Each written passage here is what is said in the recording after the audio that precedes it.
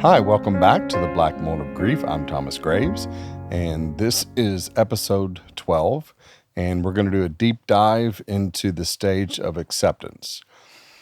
And we're going to talk about two different sides of acceptance, what I call acceptance 1.0, which helps me find my black mold, and then the more challenging acceptance, which I call 2.0, which is what it is I'm actually trying to accept as one of the stages of grief. But starting with the 1.0 version of helping discover black mold, as far as the timeline in my life when I started figuring this part of it out, I had been fired for the second time, as I mentioned, at the one restaurant, moved on to a new restaurant. And I had a new coworker who I will simply call Mr. Catch Me, Make Me. He approached work in that way. So I'm a big team player. I believe in working as a team. He believed in cutting every corner he possibly could and getting out of as much work as he could. And having been fired a second time and knowing that this job that I had and still have is a great job and I absolutely need to keep it, and knowing that my anger had cost me two jobs, I really was challenged by this individual. And so I set out to not lose a third job. And so when he would frustrate me, which was multiple times a day, I would go back to I am angry, therefore I'm grieving. What am I grieving? And what always came back to was I was grieving that our paths even crossed. And I was grieving that I hadn't gotten smarter sooner, that I hadn't healed sooner, that I hadn't shifted the trajectory of my life sooner. And so he, on the surface, I call him my second least favorite person I've ever worked with. And having been in the restaurant business almost 40 years, I've worked with literally thousands of people, and he holds the number 2 spot. So that's the downside. The upside is he really did help me find a lot of black mold that I wouldn't have found any other way. And so I did not lose my job, which is good. I did have 6 sit downs with management over about 18 months because I was on the edge of not being, nice. But I was able to walk it back. But at the end of each of those sit downs, I would go home and I would just bawl because I was grieving decision after decision after decision in my past that led me to crossing paths with this gentleman. And in particular, after we got back from shutdown, when I had lost my nephew Matthew, it was really challenging because I had always pictured spending more time with Matthew once I got out of the restaurant business, because I wasn't able to travel home as often as I wanted because I was always going to the studio and spending money there. So I never saw Matthew play baseball. I never saw him graduate high school. I didn't go to his college or law school graduations. And so I had always pictured spending more time with him, and I didn't get to. And so interacting with this gentleman could just send me on a downward spiral faster than anybody else. And so after the whole I'm angry, what am I grieving, over and over and over, I finally one day was like, I just need to accept that this guy is who he is, and he has no work ethic and no sense of teamwork. And when I said that, like the bells went off in my head that that's the tell for when I'm struggling with acceptance. The same way I'd figured it out for anger, for bargaining, for depression, that's the tell for acceptance. And that's also the irony for acceptance, because when people tell me, or you hear other people say it to other people, they're like, well, you just need to accept that's the way it is.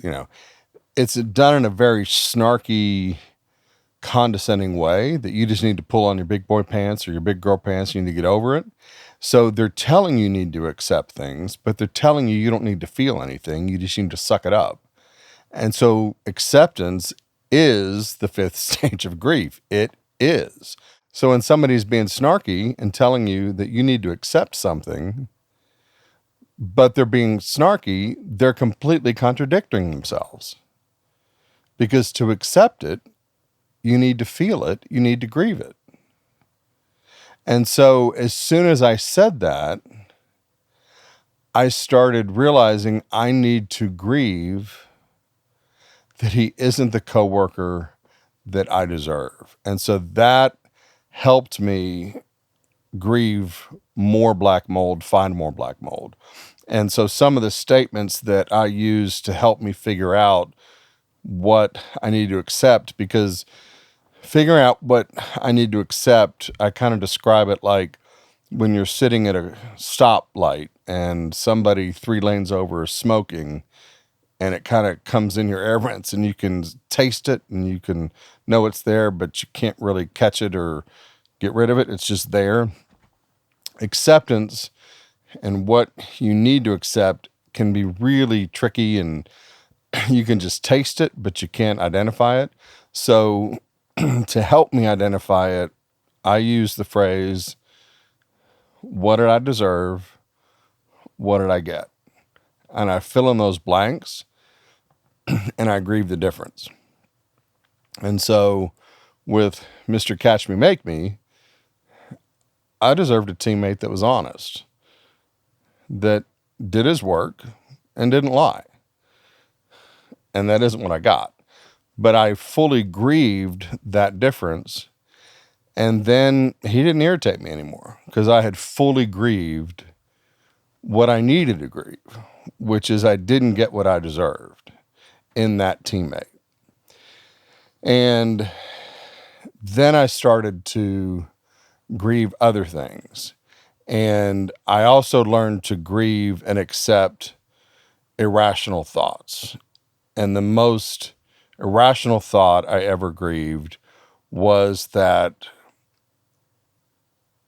On Death and Dying was published in 1969.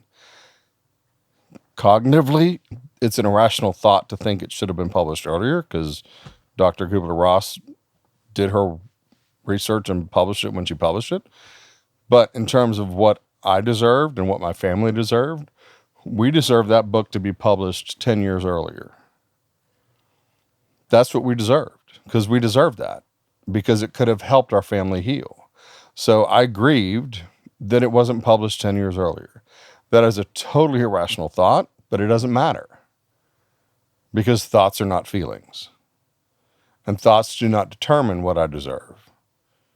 So I have learned to, if I'm going to accept that it was published in 1969 and just get over it, I don't just get over it. I grieve that it wasn't published in 1959. And I have grieved that my second mom didn't get the dad that she deserved. I have grieved she didn't get the reunion that she deserved with her grandmother. And accepting what she didn't get and all of those things really has helped me heal tremendously and find all of my black mold. And that's what I look at now is I listen for, I just need to accept, or I listen for other people saying, you just need to accept. And that triggers the search for the black mold. And when it's a little fuzzy as to what is it, what did I deserve, what did I get? And the other thing I found is that sometimes when I get more than I deserve, that's gratitude. And that's a moment that I can focus on the gratitude of it. But I don't force myself there. I realize it and I am grateful for it. But again, I don't use my gratitude to squash my pain. I allow it to happen when I realize that I am grateful because I got more than I deserved. So that's acceptance 1.0. Acceptance 2.0 is really, really tricky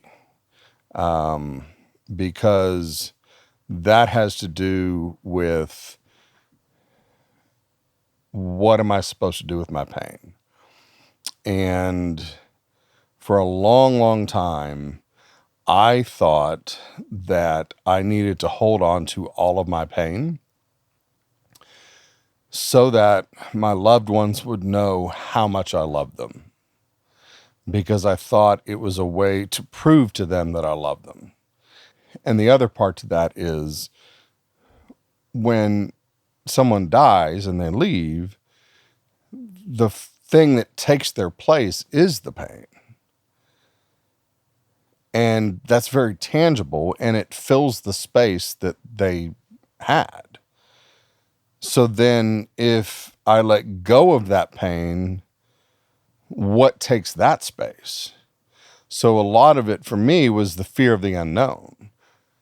And so it was a combination of fear of what comes after the pain, number one, and two, by holding on to the pain, I'm able to prove to them how much I love them. And there was a guilt in letting go of the pain. And so that's one of the reasons why I focused on the song, I Want to Bring You Joy. And the purpose of that was, I think what acceptance is accepting that it is okay to let go of the pain of the loss and pursue joy and happiness without the person you love. And that is a tough thing to give yourself permission to do. But that's the point of why the song for me exists for me, because I have to be reminded of that. And that's why I focus on my first conversation in heaven, because if I don't focus on that, then I do feel guilty for pursuing joy without my family members that I've lost. I just feel wrong to try and be happy without them. But if I shift that inside of me to where I want to tell them about my life when I see them, and I want them to feel joy when I talk to them, then I'm giving myself permission to pursue happiness without them. But in order to do that, I have to let go of my pain. And the other part to that is I no longer believe at all that my loved ones need me to hold on to the pain to see how much I love them. I believe they can see how much I love them because I love them. They don't need me to hold the pain to prove love. They can see the love, period, without the pain. And that also gives me permission to let go of the pain when it comes. And again, for clarity, when I say let go of the pain, I'm not saying I let go and it never comes back. It always comes back. But what do you do when it comes back? Do I hold on to it as a badge of honor, as proof that I love them? Or when it comes back, do I let it go? And it'll always come back, but do I let that go? And when it comes back, do I let that go? And that's acceptance that it is okay to let go of the pain when it does come back.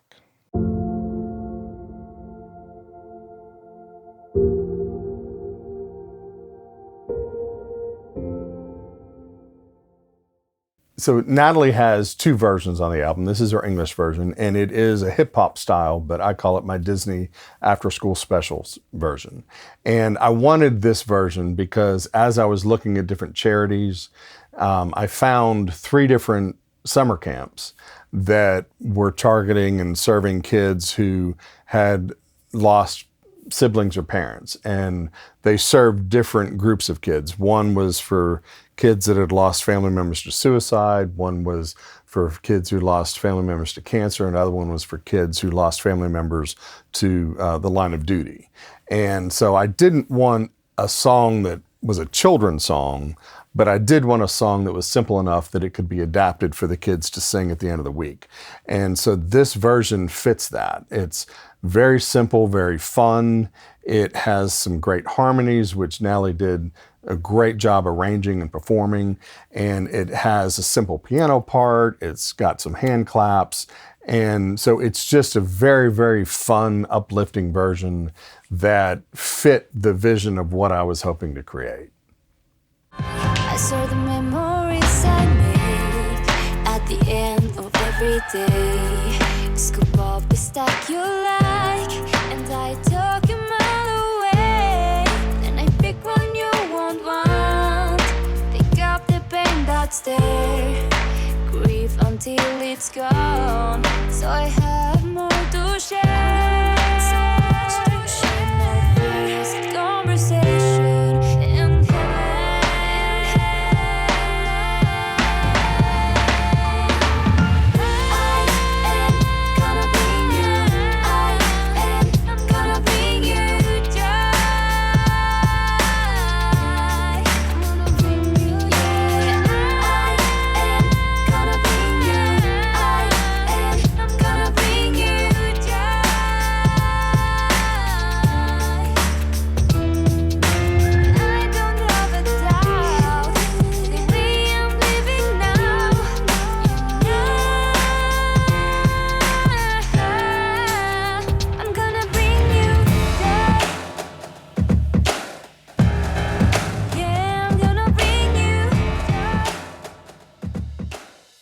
Thank you for tuning in today. And next week, we're going to switch gears a little bit, go back more into a biographical loss of grief with the loss of my nephew.